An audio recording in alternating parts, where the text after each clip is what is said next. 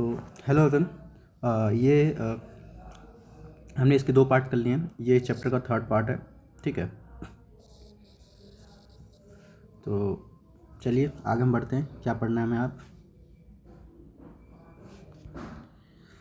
हमने last class में phases of cell cycle पढ़ लिए थे और इंटरफेस पढ़ लिया था प्रॉपर एनसीईआरटी से, और हमने साथ ही साथ आपको एक्सप्लेन भी किया था।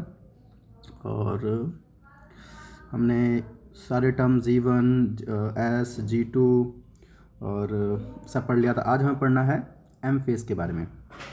एम फेज़ क्या होता है, ठीक है। तो चलिए, M phase, this is the most dramatic period of the cell cycle, involving a major reorganization of virtually all components of the cell, since the number of chromosomes in the parent and progeny cell is the same। बोलना चला इसमें chromosome का number same रहेगा, ऐसा नहीं chromosome में change हो जाता है। It is called as sorry, इसको हम इक्वेशनल डिवीज़न भी कहते हैं। इक्वेशनल का मतलब शुरुआत में जितना है उतना ही नेक्स्ट प्रोजेनी में जाएगा, ठीक है। यही रीज़न है कि एम फेज़ को हम और क्या कहते हैं, एम फेज़ को हम क्या बोलते हैं, इक्वेशनल डिवीज़न, ध्यान रखिएगा। उसके बाद for convenience mitosis has been divided into 4 stages of nuclear division. मतलब ये है कि जो आपका माइटोसिस है उसको हमने 4 फेजेस में डिवाइड कर रखा है, जिसको न्यूक्लियर डिवीज़न भी कहते हैं, और हम क्या कहते हैं, karyokinesis. It is very essential to understand that cell division is a progressive process। Cell division क्या है, एक progressive process है, and very clear cut lines cannot be drawn between various stages। Karyokinesis involve following 4 stages।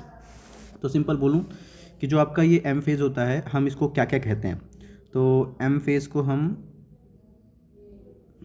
सबसे पहली बात तो हम इसको बोलेंगे, सबसे इंपॉर्टेंट चीज़, इसको हम इक्वेशनल डिवीज़न तो बोलते हैं। इसमें आपका जो न्यूक्लियस होता है वो डिवाइड करता है, इसलिए हम इसे कैरियोकाइनेसिस भी कहते हैं, ठीक है। और जो क्रोमोसोम का नंबर जितना भी होता है, अगर इस सेल में क्रोमोसोम नंबर जितने भी हैं, तो अगर वो 2 सेल में डिवाइड कर जाते हैं तो इनके पास भी उतना ही क्रोमोसोम होगा जितना इस वाले में था। सेम नंबर क्रोमोसोम रहते हैं इनमें, ठीक है ना। तो वो चीज़ बताया गया। अब हमें इनके 4 स्टेजेस को पढ़ना है। तो कौन कौन से स्टेजेस हैं? तो सबसे पहला स्टेज है प्रोफेज, फिर मेटाफेज, फिर एनाफेज, फिर टीलोफेज। इसको याद करने के लिए आप याद कर सकते हो पी मैट, ठीक है। तो चलो पढ़ते हैं। सबसे पहले प्रोफेज क्या होता है। तो prophase which is the first stage of the karyokinesis of mitosis, follow the S and G2 phases of interphase. तो बोलना चाह रहा है कि ये किसके बाद आता है, ये S और G2 फेज़ के बाद आता है। अगर हम सेल साइकिल को देखें तो सेल साइकिल में अगर आप देखोगे तो देखो आपका S फेज़, S के बाद G2 फेज़, उसके बाद फिर पहला फेज़ क्या आता है, प्रोफेज़ आता है ना। तो ये बोलना चाह रहा है कि S and G2 के बाद ही आता है क्या, आपका प्रोफेज़ आता है, ठीक है।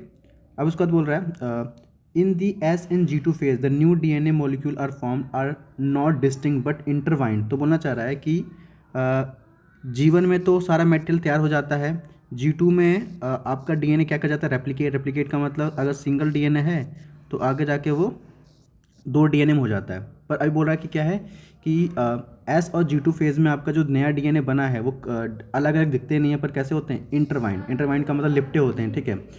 बोला जा रहा है कि जो prophase is marked by the initiation of the condensation of chromosomal material. इसमें क्या होता है कि प्रोफेज वाले स्टेज में इसमें ना स्टार्ट होता है क्या, कंडेंसेशन ऑफ क्रोमोसोम मटेरियल। आपका जो क्रोमोसोम है वो कंडेंस होना स्टार्ट हो जाता है, मतलब बहुत ही पास आना स्टार्ट हो जाता है। The chromosome material become entangle during the process of chromatin condensation. इस स्टेज में हम ये कह सकते हैं कि ना सारे के सारे बिल्कुल ऐसे लिपट से जाते हैं, जो भी आपका ये क्रोमोसोम होता है बिल्कुल कंडेंस हो जाता है, ठीक है। फिर centrosome which had undergo duplication during S phase. हमने पढ़ा था ना सेंट्रोजोम कुछ होता है, तो वो एक होता है शुरुआत में, आगे जाके वो ना 2 में कन्वर्ट हो जाता है, ऐसे मान लो, ठीक है। तो ये ध्यान रखना कि सेंट्रोजोम ये वो मतलब ये वो चीज़ है जो हेल्प करेगा अगर सेल को डिवाइड करने में। तो सेंट्रोजोम डुप्लीकेट कहाँ होता है, एस फेज़ में। बहुत इंपॉर्टेंट क्वेश्चन है, कौन से फेज़ में सेंट्रोजोम डिवाइड करता है, तो बोलोगे एस फेज़ में। फिर now began to move towards opposite pole of the cell. अब क्या होता है, जब ये जैसे मान लो ये सेल है आपका, और सेल में मान लो यहाँ पे ये प्रेजेंट है आपका, ये कौन, सेंट्रोजोम, ये आपका न्यूक्लियस हो गया, ठीक है।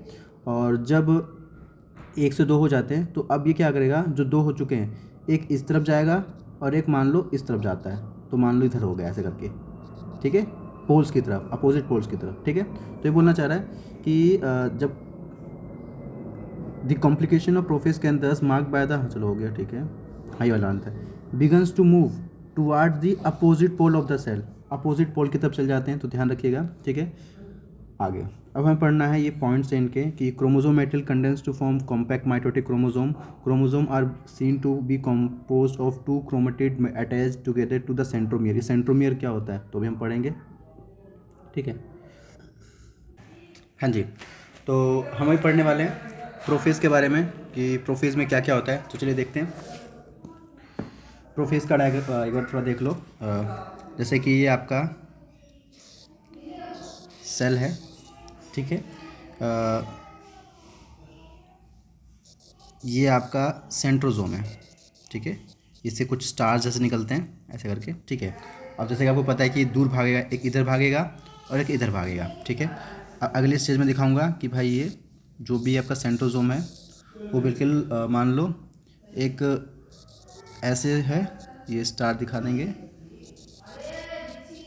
ऐसे करके, और बीच में अगर हम बात करें ये आपका जो है ये अर्ली प्रोफेज है। कौन सा प्रोफेज है?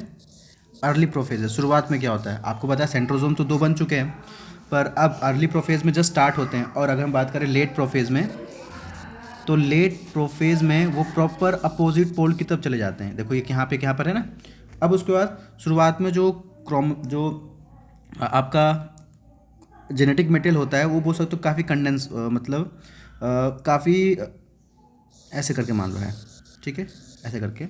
फिर जब यहाँ पे आओगे लेट प्रोफेज में, तो आपको क्या होता है, आपको साफ ऐसे करके क्रोमोसोम दिखना स्टार्ट कर जाता है ऐसे करके। हाँ, इंपॉर्टेंट बात, आप जैसे बोलोगे यार इसमें तो जेनेटिक मतलब जो भी आपका न्यूक्लियर मेम्ब्रेन होना चाहिए, पर होता क्या है, धीरे धीरे न्यूक्लियर मेम्ब्रेन टूटना स्टार्ट कर जाती है। तो अर्ली प्रोफेज में बोलेंगे कि जो भी आपका न्यूक्लियर मेम्ब्रेन है वो क्या होता है, डिसइंटीग्रेट होना स्टार्ट हो जाता है। अर्ली प्रोफेज में स्टार्ट होता है, हम बोल सकते हैं लेट प्रोफेज में काफ़ी हद तक डिसइंटीग्रेट हो जाता है, ठीक है। और फाइनली अगर हम बात करें तो ये इतना ध्यान दो। अब उसके बाद हम पढ़ लेते हैं क्या क्या चीज़ें होती हैं आपके एनसीईआरटी में। हम पढ़ेंगे सबसे पहला पॉइंट, इसको याद करने का तरीका है CDS, ठीक है। तो C का मतलब क्या है? C का मतलब है कि जो क्रोमेटिन मटेरियल होता है, जो क्रोमेटिन मटेरियल होता है वो क्या हो जाता है, वो कंडेंस हो जाता है। क्रोमेटिन जो है वो कंडेंस हो जाएगा। कंडेंस का मतलब होता है जब कोई चीज़ बहुत पास आ जाते हैं तो हम बोलते हैं कंडेंसेशन, ठीक है। तो इसकी वजह से आपका जो क्रोमेटिन है वो किस में कन्वर्ट हो जाता है, क्रोमेटिन कन्वर्ट हो जाता है क्रोमोसोम में। मैंने आपको एक वीडियो बना के बताई है जिसमें मैंने बताया कि सबसे पहले डीएनए में हिस्टोन प्रोटीन आते हैं, हिस्टोन प्रोटीन से फिर वो न्यूक्लियोसोम बनता है, फिर आगे जाके क्रोमेटिन से फाइनली क्रोमोसोम बनता है। तो वीडियो देख लेना, आपको समझ में आ जाएगा कि क्या बताना चाह रहा हूँ। कि डीएनए से 1 से 2 तो बन चुका है, सब कुछ हो चुका है, पर अब फाइनली वो बिल्कुल कंडेंस होने की स्टेज में है। तो हम बोलेंगे कि आपका क्रोमोसोम क्या हो जाता है, क्रोमेटिन कंडेंस हो जाता है। तो पहला स्टेप यही है, ध्यान रखिएगा, क्रोमेटिन मटेरियल कंडेंस।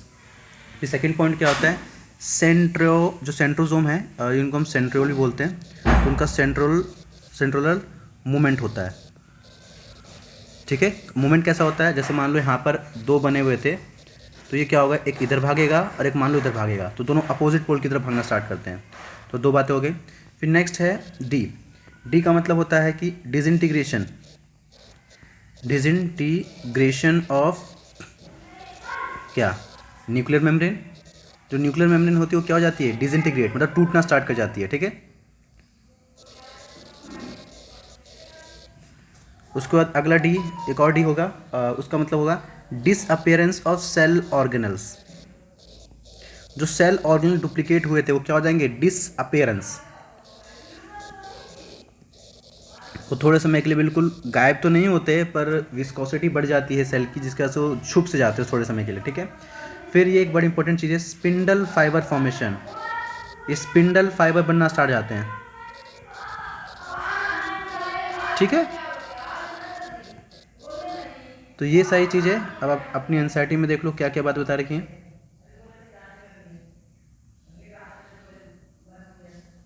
देखो सबसे पहले chromosome material condense to form compact mitotic chromosome. तो chromosome are seen to be composed of two chromatid attach together at the centromere. तो बोलना चाह रहा है कि वो जो भी आपका क्रोमेटिन मटेरियल है वो कॉम्पैक्ट हो जाता है और आपको दिखेगा कि एक बीच में सेंट्रोमियर है, उस सेंट्रोमियर से दो क्रोमेटिड सिस्टर्स अटैच होते हैं और फाइनली क्या बन जाता है, ये क्रोमोसोम बन जाता है। इसको क्या कहा गया है, सेंट्रोमियर, और ये इनको क्या कहा गया है, क्रोमेटिड सिस्टर। ठीक है, तो बता दिया। अगला, centrosome which had undergo duplication during interphase. हमने पढ़ा था ना कि सेंट्रोजोम क्या होता है, वो डुप्लीकेट करता है, ये सेंट्रोल बोल सकते हो, वो डुप्लीकेट करता है। तो उसके बाद वो क्या करता है, डुप्लीकेट होने के बाद वो कहाँ भागेगा, towards opposite poles of the cell. जैसे मान लो ये सेल है, सेल में यहाँ पे मान लो बना है आपका 1 से 2 बन चुका है, तो एक इधर जाएगा और एक नीचे की तरफ जाएगा। ठीक है, तो बताना चाह रहा है। फिर ईच सेंट्रोजोम, जो सेंट्रोजोम है वो क्या करेंगे, radiate out microtubule cold asters. मैंने बताया था कि जो ये आपका सेंट्रोजोम है या सेंट्रोल है, इससे क्या निकलती हैं, ऐसे ऐसे एस्टर्स निकलते हैं। ठीक है ना, धागे जैसा कुछ निकलता है, बताऊंगा। तो फिर the two asters together with spindle fibre form mitotic apparatus. तो सेल में ऊपर नीचे आपका, ऊपर और नीचे आपके क्या है, सेंट्रोजोम है, और ये क्या करते, रिलीज करते हैं स्पिंडल फाइबर। ठीक है, और बाकी यहाँ पे क्रोमोसोम होता है उसको अटैच करते हो, समझेंगे आगे जाके। ठीक है, तो फिर last, cell at the end of prophase when viewed under the microscope do not show Golgi complex, endoplasmic reticulum and nucleus and nuclear envelope. तो बोलना ये चाह रहा है कि लेट प्रोफेज आते आते ज़्यादातर सारे के सारे सेल ऑर्गेनल क्या हो जाते हैं, डिसअपियरेंस हो जाते हैं, डिसअपियर। मैंने समझाया था ना, डिसअपियरेंस ऑफ सेल ऑर्गेनल। ठीक है ना, तो डायग्राम देख लो भाई। सबसे पहले ये आपका अर्ली प्रोफेज का डायग्राम है, जिसमें आपका देख रहा होगा न्यूक्लियर मेम्ब्रेन हो रही है, टूट रही है ना बीच बीच से। ये देखो बीच बीच से क्या हो रही है, न्यूक्लियर मेम्ब्रेन टूट रही है, उसको इसमें देखो काफ़ी हद तक टूट चुकी है ना। ठीक है, और आपका देखो पहले ये काफ़ी ऐसे था, अब आगे जाके तुम्हें थोड़ा क्लियर दिखना स्टार्ट करेगा। ठीक है, काफ़ी ये बंधा हुआ था, अब आपको थोड़ा क्रोमोसोम जैसा दिखना स्टार्ट करेगा। ठीक है, तो ये बताना चाह रहा है। तो ये आपका कंप्लीट हो गया क्या, प्रोफेज। मैं अगर फिर से रिवाइज कर देता हूँ कि प्रोफेज में हमने क्या क्या पढ़ा। तो देखो भाई, प्रोफेज में हमने ये पढ़ा कि सबसे पहले चीज़ क्या होती है, सबसे पहली चीज़ ये होती है कि आपका जो भी क्रोमोसोम, जो क्रोमेटिन होता है, वो क्रोमेटिन कन्वर्ट हो जाता है किसमें, क्रोमोसोम के अंदर। ठीक है, और आपका जो सेंट्रोजोम होता है जो डुप्लीकेट कर चुका है, अब वो क्या करेगा, सेंट्रोजोम जो है वो डुप्लीकेट करने के बाद वो अपोजिट पोल की तरफ भागेगा। कहाँ भागेगा, अपोजिट पोल की तरफ। फिर नेक्स्ट पॉइंट था डी से related, disintegration of nuclear membrane. जो आपकी न्यूक्लियर मेम्ब्रेन है वो क्या कर जाती है, डिसइंटीग्रेट कर जाती है, टूट जाती है। ठीक है, फिर अगला है डिसअपियरेंस ऑफ सेल ऑर्गेनल।